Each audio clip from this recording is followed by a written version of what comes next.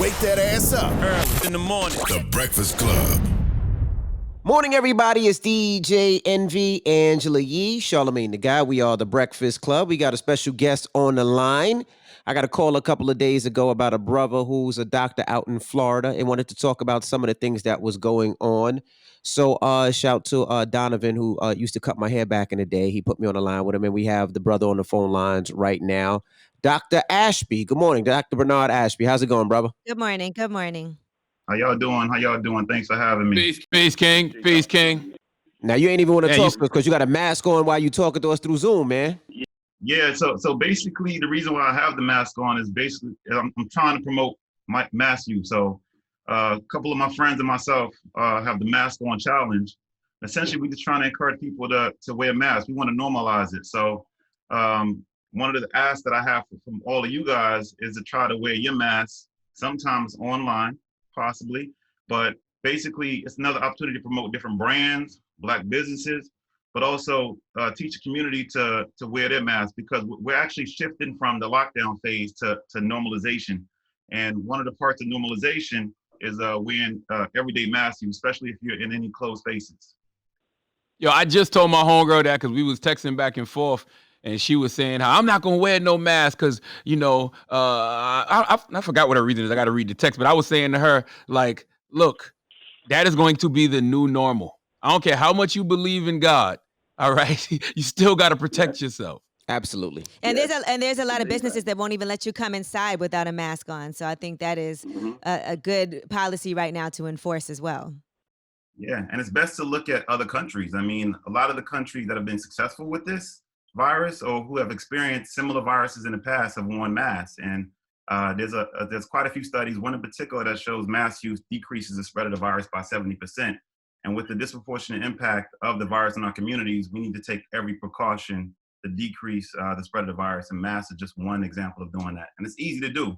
And I want to use the hip hop culture to do that, because you can swag these masks out and do all kinds of things with them. This is my homegirl, Body by Val. She did a bunch of different masks for me. But long story short is that you could sauce these things up and like it could be a thing. And you guys have a great platform, so I want to really get the word out because it's really, really effective. So that's my little ask from y'all, the whole group. Are those masks medically like co-signed? Because I see a lot of those fly masks that got the Versace print and all of that. Mm-hmm. Are those actually good medical masks that you can wear? Yeah, actually they are co-signed. So if you go to cdc.gov, they actually teach you how to make your own mask. And essentially all they're asking is that you use 2 layers of cloth and just kind of like put something so that it can hook up around your ear, your head. And that's really all you need. And just to be clear, the purpose of the mask is to decrease you from spreading the virus. And what we found is that there's a lot of asymptomatic spread. There's a lot of people who say, I got allergies or whatever. So, if somebody cough around you or sneeze around you, you're looking at them crazy. But if they have a mask on, obviously they're not spreading their droplets as readily as other people without a mask. So definitely I encourage mask use, and I'm hoping it really does become a thing. Right. And the mask does decrease you receiving the infection, does decrease the spread of big droplets, the smaller aerosolized droplets, not so much, and that's what you need the N95s for. But those are really needed for folks like us who are in the medical industry when we're taking care of COVID patients. Envy, I see you. So you got the N95. Now, I wanted to ask about that. Now, I understand that we got to protect you guys, right? But now, when we go into Trader Joe's or Stop and Shop or BJ's or Costco, and there's been cases where people in those places have contracted COVID-19. So am I not supposed to wear one that I know will protect me and wear something that might not protect me? Because, so what do you tell those people? Because people in those places have coronavirus or been contracted with. Well, listen, man, do what you need to do to protect yourself and your family. That's what I tell people. Now, the hospitals, they need to do their job and protect us. That's their job. That's not your job. So if you can get your hands on an N95 mask, by all means, do that. And let the hospitals and the big businesses worry about that, because they fumble the ball and they need to figure that out. And honestly, we're actually getting access to a lot more PPE, but that's not your problem. You understand? Like your problem is your family and your community. Right now, where should we wear the mask? Because I saw you had You had yours on just now in the building. Like, do you take them off when you get in the building, or when do you wear? Just outside? Anytime you're in the building, you should have your mask on. And anytime you're going to be in close proximity with somebody, meaning less than 6 feet, you should definitely have a mask on. So, New York City, man, like, in Florida, we're more spaced out. So you could go outside in a lot of communities and not be in contact with anybody. But in New York City, if you're running on the street, you're going to be within 6 feet of somebody. So it might make sense to wear a mask, even if you're running, just to decrease your risk of exposure. But in general, you should always have a mask on when you go to any closed space. So you go to like It's kind of hard to wear that mask when you're running too, because it's hard to breathe. Because I was outside running, and I was like, I can't even breathe when I'm wearing this. It's kind of difficult. Now, also with these masks, when you're running, but specifically when you're indoors in any closed spaces, that's the most important time to wear a mask. now can you reuse these masks? I know a lot of people say, some people say you can reuse them, and some people say you can't. Can you reuse the masks? Yeah, here's the issue now. So basically, those masks are not supposed to be reusable. Okay, they're supposed to be really one-time use, or one scenario use, and you're supposed to dispose of it, because the virus particles can get on the mask and actually contaminate it. And so a big reason why folks are not really getting the benefit of the mask is that they then take the mask off, touch the virus, and then touch other things and still end up with the virus. So essentially, the N95 masks are really supposed to be used when you're taking care of sick patients, and you have a gown, gloves on, and then you take everything off, and then you just kind of throw it away. And I just want to give a particular dedicate some time to glove wearing. There's a lot of people out there wearing gloves. Not a good idea, because actually gloves help spread the virus. And a lot of folks, they have their gloves on, and they're doing things like using their phone and whatnot. And actually, the gloves spread the virus more efficiently than your hands do. The virus actually sticks to your hands better. And so if you actually, just wash your hands frequently, that's a better way of avoiding the virus than wearing gloves. The only time you should be wearing gloves is if you're taking care of somebody with the virus, or doing something specific, like, making food. But use the gloves, take them off, clean your hands. All I'm right. glad you said that, because we've been using gloves to open packages. I put on gloves, like I'm going to the ATM machine today. I'm wearing gloves. Like, you say that's not a good idea. Nah, not a good idea. It's better just to keep your hands clean. So have your Purell on Dizzy, all right? And y'all can swag these things out as well. And you can make your own Purell at home with some aloe vera and some alcohol. So, we got to be, we got to use a little ingenuity here. This is what I'm trying to communicate to our community, man. Like one of the things that I've really noticed is that our government, our leadership has failed us, and it's our time to step up and really look out for each other. So now I'm really trying to use this platform to promote the village mentality. Now, what have you been seeing in Dr. Florida? What have you been seeing out in emergency rooms in Florida? How bad has it been? How are people surviving? And what can people do to make sure that their immune system is strong enough to fight this disease? So Florida's getting hit. Yeah, thank you. So Florida's getting hit right now. So many of our ERs have a lot of folks coming in. Many of our ICUs have patients on the vents right now. We've had our fair share of deaths so far. One of the things that I am disappointed by is the lack of race-based data, and we'll come back to that later. And so, but Florida is expected to peak sometime in early May. So it's happening here. And as everyone saw, our governor, our leadership let everybody do their thing during spring break, and still go to the clubs and whatnot when the virus is here. And the virus is here way back. It has been documented to been here in Florida since the Super Bowl. And you know how many people were here for Super Bowl. So that's a whole nother issue. But the point is that Florida did not do such a good job, and that's what we're dealing with now.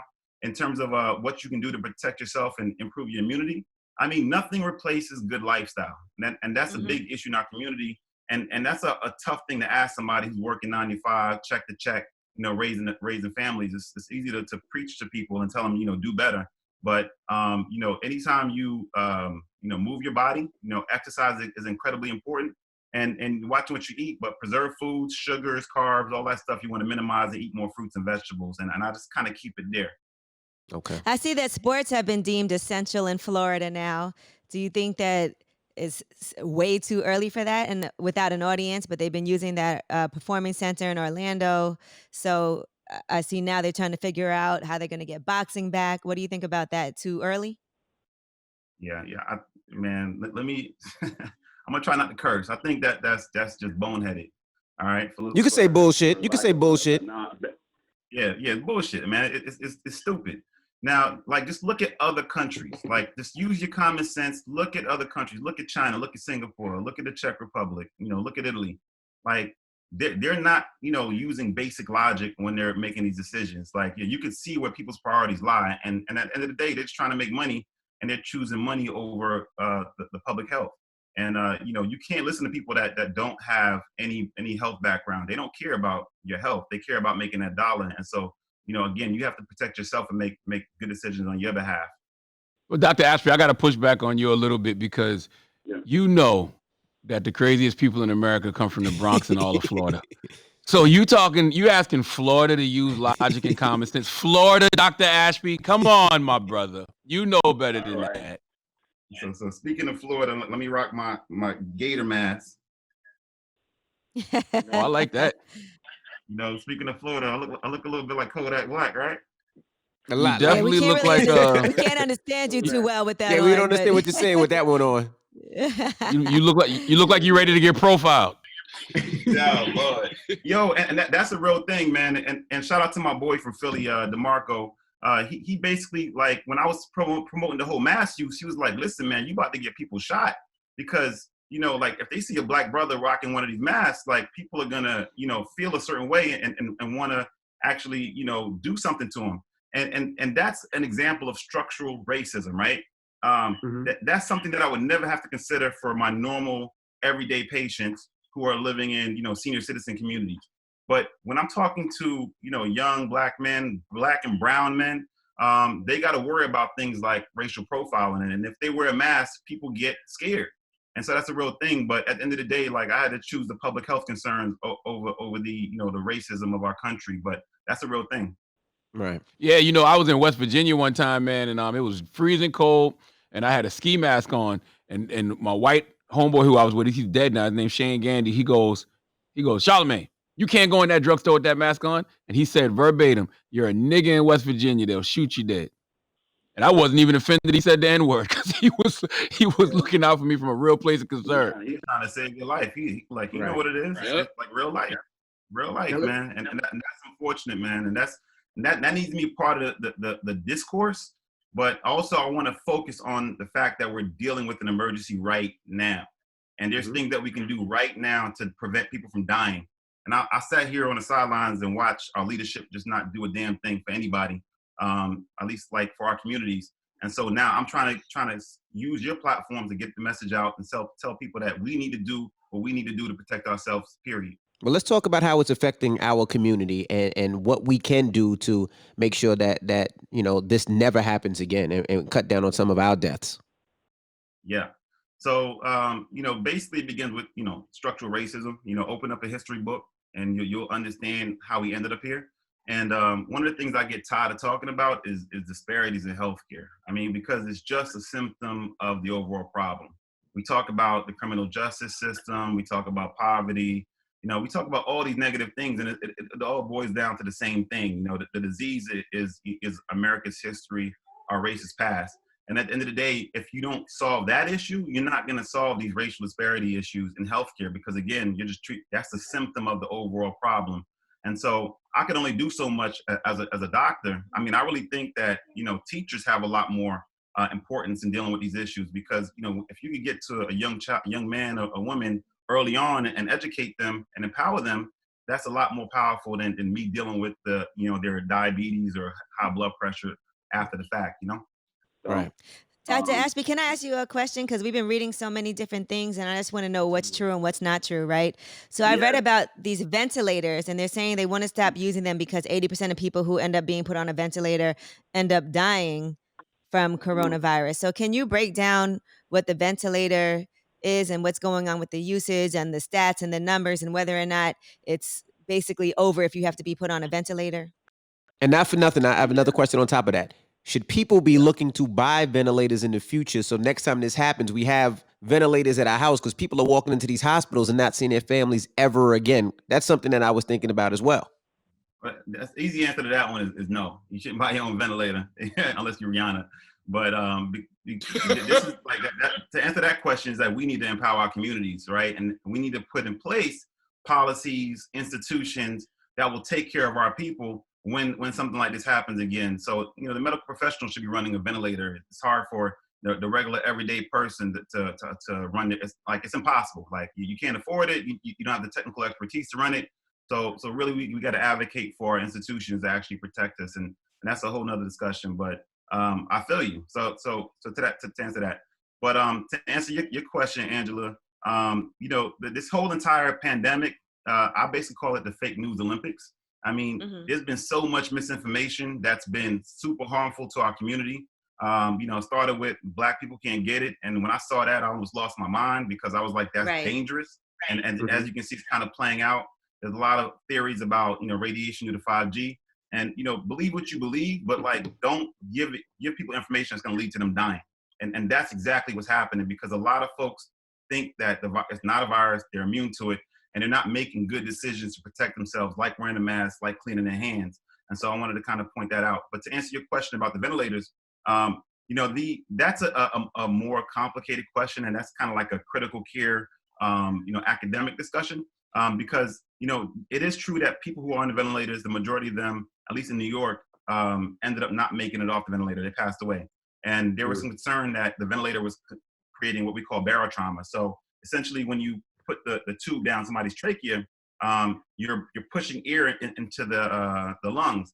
And some doctors are saying, the actual pressure from the machine is actually damaging the lungs and causing the pneumonia or the acute respiratory distress syndrome physiology to get worse. And so that's more of an academic debate. Essentially, if you're getting put on a ventilator, it's because there's no other options. It's either you get the vent or you die. So that's again a high level discussion. In the meantime, we do encourage high flow oxygen, because oxygenation is an incredibly important thing to give people or to support people with. And one of the things that we're trying to do is actually send people home who are staying at home and not going to the hospitals, give them access to their own O2 sat monitor. And a lot of Androids actually have the ability to do that. You could actually check your O2 sat on a monitor, and that's one of the telltale signs that you need to come into the ER, is if your oxygen saturation levels get low. So normally it should be around 99, 100%. And once you start getting below 95, getting close to 90%, that's when you know you have what we call hypoxemia, or lack of oxygen in your blood, and you need to get in, because the lungs are being filled with debris, cells, and fluid, and you can't oxygenate very well. Hey, Doc, you said that people should believe whatever it is that they want to believe. I totally disagree. We can't have these 5G niggas running around. We cannot. They like flat Earth niggas. We can't do that. My fault. I didn't mean that. It was kind of like a throwaway statement, but no, don't believe that. No, I obviously don't believe that 100%. But what I'm saying is that we need to focus on evidence-based medicine, and we need to be able to communicate with our community and give them good, strong information. And again, like I said, it's the fake news Olympics, and a lot of people, for whatever reason, because they know how to dance or rap, they have this platform, and people are actually listening to them. And they really need to focus on the people that actually been doing this from the get-go. And I want to give a shout out to my homegirl, Dr. Kizzy, PhD, Dr. Corbett. She's actually the head virologist for the NIH. And she's leading the charge on developing the vaccine. She was on AC 360 last night, and basically said that she anticipates that we would have access to the vaccine in fall for emergency use, and probably the spring. And really, that's the only way we're going to go back to normal. Anything short of a vaccine is really a wrap for any normal behavior. So if she's that confident, that means they pretty much figured it out, and now it's just a matter of producing. That's what that sounds like. Well, they got 70 of them in production now, right? And they have to test them. Yeah, the trials are already in production. Again, this is a part of a family or class of viruses called the coronaviruses. And so we've already experienced very similar virus with the SARS epidemic and the MERS epidemic. So it's not like we're recreating the wheel here or creating something brand new. So there was already a template in place, and she just kind of took it and ran with it. And this is something that she was already doing prior to this thing ever happening. So that's why she ended up becoming the lead, not because there's some, conspiracy with the government, whatever, man. Anyways, but I encourage you to talk to her, because she deals with a lot of misinformation every day. And And, Yeah, and set us folks up. like her and I, we're trying to fight for our community. We just want people to live.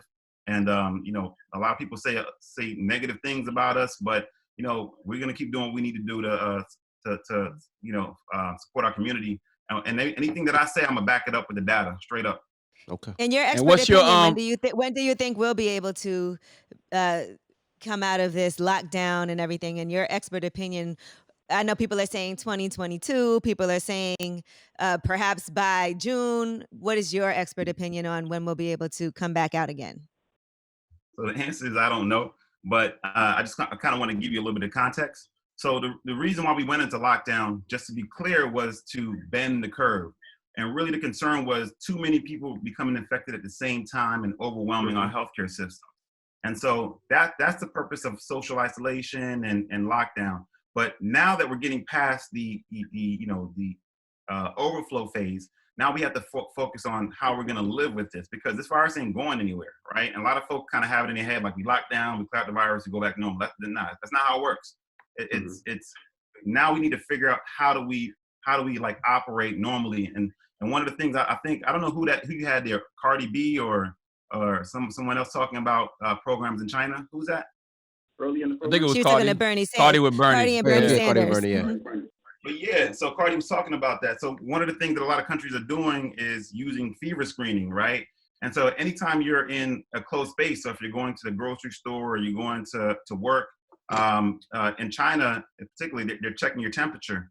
And if your temperature is above a certain point, that people are getting referred to fever clinics. But this is something that we can use in our community to help decrease the spread of the virus, especially if you're working in a building. So when you guys go back to work, this is something that y'all need to incorporate in your everyday lives. And then obviously the mask use and just the neurotic use or being OCD about cleaning your hands, because this is really the main way how people spread the virus. That we're just so used to touching our face that we don't even notice that we're doing it. So between using a mask and not spreading the virus, so you're not touching it on surfaces, and cleaning your hands, those will go a long way with preventing the spread of the virus.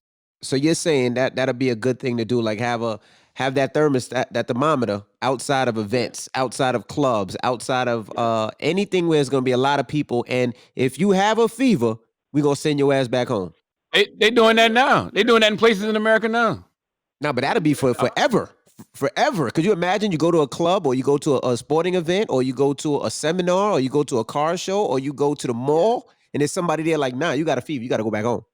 Yep. I mean, I wish we had a protocol behind it, but at a minimum, you should not be in a group of a large group of people spreading the virus if you potentially have it. So yeah, these are like kind of low hanging fruit that I want us to focus on, that we have access to, that we can start doing on our own. So again, between the mask, wearing the mask on, #mask on, by the way, and cleaning your hands and screening for fevers, those are things that we can do right now to decrease the spread of virus. Another thing that I wanted to talk about was so let me back up a little bit. So you guys had Van Jones on Friday. Yep. Yep. Van Jones, that's the homie, man. He taught me when I was at Princeton, schooled me to the game a little bit. But one of the things that he brought up was holding Biden accountable and holding our politicians accountable. And I second that, right? And so right now, this is like, we have so much leverage right now. Like people, they want our votes, and it's near to our votes, and we have an existential crisis that's impacting our community. So Biden has a town hall tonight. That's cool. Town halls are cool, but I'm tired of talking right now. Like, what are you doing? We're in a hurricane. What are you doing? And one of the things that I want you guys to help me with is tell our politicians, ask them where's the data? Like, where is the data on these conditions? Because all of a sudden, y'all don't care about race. When it comes to everything else, you guys are fixated on race. But when it comes to figuring out who died from the virus, we can't find the racial data. And so that's one of the things I want to hold them accountable to. Another thing is testing. Why the hell is it that we still can't get tests? And so right now we need to get rapid testing in all of our communities, because that's the next best thing to having a vaccine. Because once it's like X-ray vision, once you know who has the virus, then you can obviously put that person in timeout or put that person in quarantine so they're not spreading the virus around. So we need to make it less strict and let anybody who wants to get a test. And that's one thing that we can do. And the last thing I want to focus on is PPE for the community, personal protective equipment for the community. And essentially, you know, if you have somebody that's sick, right? If you live in a multi-generational home, which a lot of us do, right? I grew up with my grandmother, my cousin in the crib. Like, you can't isolate from them. So the next best thing to doing that is actually providing them with masks for the patient so they're not spreading the virus around, and personal protective equipment, so gowns and gloves and even a face mask. So when they go in that room to take care of that patient, they can not spread the virus to the rest of the house. And another small little tidbit that made me think of is opening windows. That's something that we don't do enough of, is keeping your windows open so that we can ventilate our homes. But that also made me think that's another example of structural oppression, basically, right? Because if you live in certain cities, like you got to contend with pollution, right? So if you open up the windows, I got to worry about you getting asthma attacks if you live in big cities and things like that. So, no, but there's so many issues wrapped up in here, man. But I just wanted to touch on a few of those. Well, Doc, we appreciate you for checking in, man. Yeah, and where do you buy the masks from, Doc? Shout out to your girl. What's the website for those masks you were showing? So Body by Val. You follow on Instagram. She works with Flow Rider and did some work with Fubu, but she's giving out a lot of these to a lot of doctors, myself included, and she just kind of hooked me up. So props to her. My other homegirl, Alexis, she's a nurse. She made me this, and it has Tribe on there, and that's a co-working space in Overtown, one of the hoods here in Miami, that we're setting it up to be an emergency center for the community. So definitely, I think this is an opportunity to give props or give business to our designers who are struggling as well. And we can also wear masks with different brands on it to promote different causes or again, brands, because, I want you guys to encourage people to wear the mask, but you can also use it as a strategy to support the community. All right. Well, Doctor, thank you for checking in. Appreciate it, man. And be safe out there, Doc. Yes. I appreciate you. Thanks so much. Thank you, Dr. Bernard Ashby. That's right. It's the Breakfast Club. Good morning. Thank you, Doc.